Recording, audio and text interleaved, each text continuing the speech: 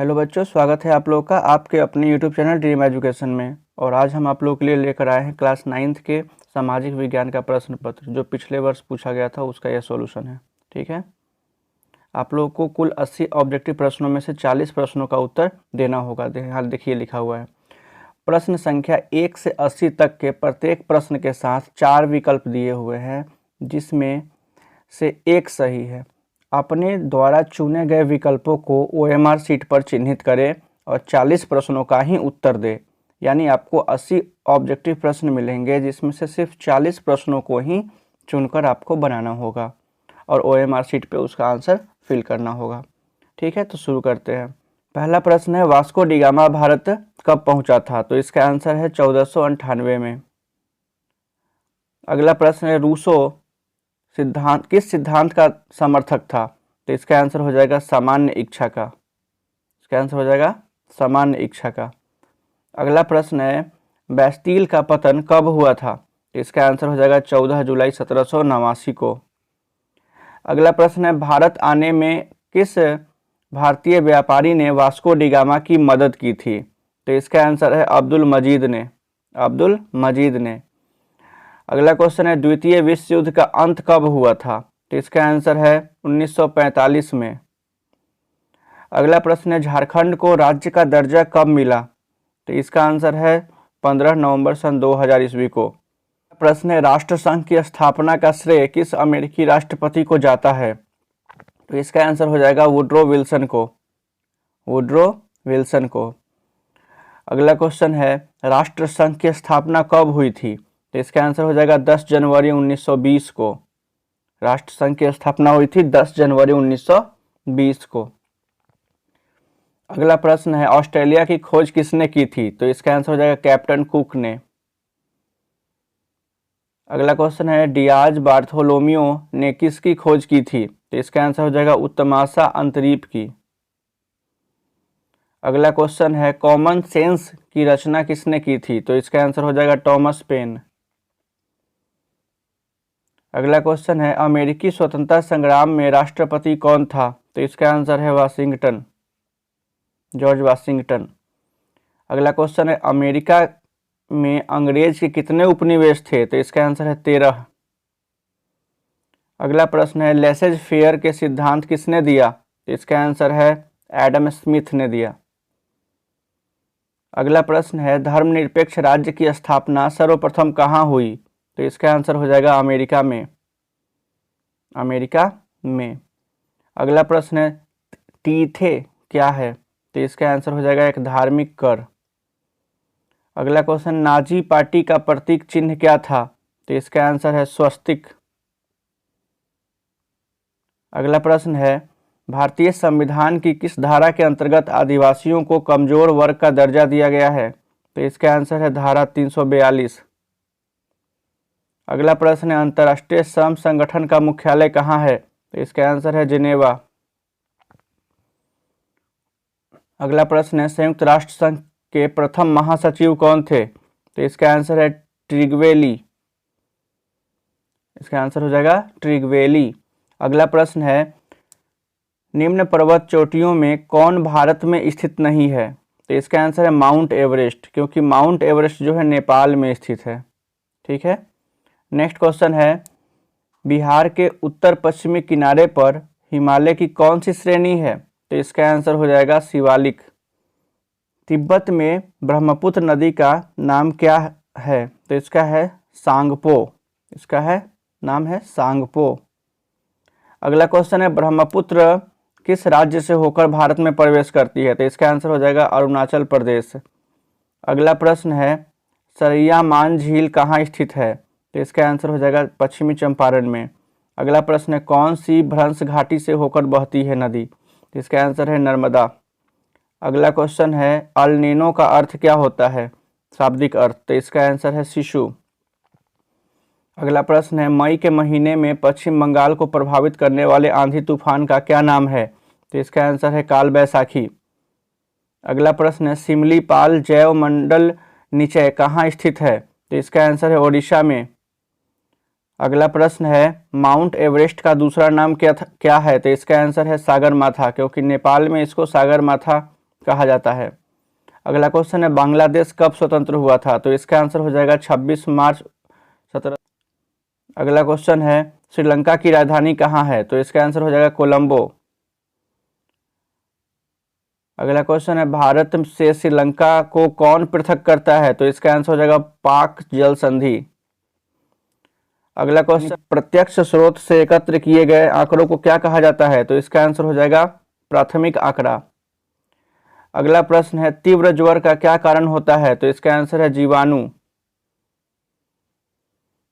अगला क्वेश्चन है प्रत्येक ग्रीष्म ऋतु में कौन सी आपदा लगभग निश्चित है? तो इसका आंसर है आगजनी। ग्रीष्म ऋतु के आरंभ होते ही आगजनी जैसी घटनाएं सुनने को मिलती है। अगला क्वेश्चन है एक देशांतर पार करने पर पृथ्वी को कितना समय लगता है? इसका आंसर है लगभग 4 मिनट। अगला क्वेश्चन है निम्न में से कौन सार्क का सदस्य नहीं है? तो इसका आंसर हो जाएगा इंडोनेशिया। अगला क्वेश्चन है भारत में राज्यों की कुल संख्या कितनी है? तो इसका आंसर हो जाएगा 28। अगला प्रश्न है पूंजी का पारिश्रमिक क्या कहलाता है? तो इसका आंसर है ब्याज। पूंजी का पारिश्रमिक ब्याज कहलाता है। अगला प्रश्न है निम्न में क्या श्रम के अंतर्गत आता है? तो इसका आंसर हो जाएगा शिक्षक द्वारा अध्यापन, क्योंकि श्रम का मतलब होता है कार्य करना या मेहनत करना। तो इस सिनेमा देखना, छात्र द्वारा मनोरंजन के लिए खेलना और आनंद के लिए संगीत का अभ्यास करना, ये सभी श्रम के अंतर्गत नहीं है। शिक्षक द्वारा अध्यापन यह श्रम का एक भाग है। इन क्षेत्र में गरीबी रेखा के नीचे ग्रामीण क्षेत्र में गरीबी रेखा के लिए योजना आयोग द्वारा तय की गई न्यूनतम कैलोरी की मात्रा क्या है? तो इसका आंसर है 2100 कैलोरी। अगला क्वेश्चन है मध्याह्न भोजन कब शुरू किया गया? यह योजना कब शुरू की गई? तो 1995 में यह योजना शुरू की गई थी। अगला प्रश्न है बिहार के ग्रामीण क्षेत्र में कैसी बेरोजगारी है? तो इसका आंसर है अदृश्य और मौसमी बेरोजगारी, क्योंकि कृषि पर आधारित यहाँ की अर्थव्यवस्था है। लोग सालों भर कृषि नहीं कर पाते, इसलिए कुछ समय तक वे लोग बेरोजगार ही रहते हैं।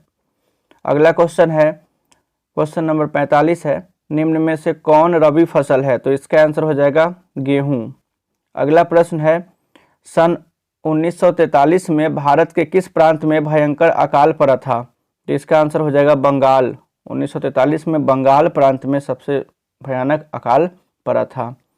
अगला क्वेश्चन है बिहार वासियों के जीवन निर्वाहन का मुख्य साधन क्या है? तो इसका आंसर है कृषि।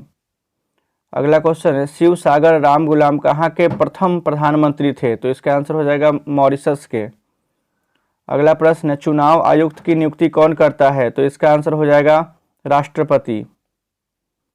अगला प्रश्न है वर्तमान में लोकसभा के कुल सदस्यों की संख्या क्या है? तो इसका आंसर हो जाएगा 552। अगला प्रश्न है राज्यपाल को विधान परिषद के कितने सदस्यों को मनोनीत करने का अधिकार है? इसका आंसर है 1/6। अगला प्रश्न है निम्न में से कौन अस्थायी सदन है? तो इसका आंसर हो जाएगा इनमें से कोई नहीं, क्योंकि इसका आंसर होता है राज्यसभा।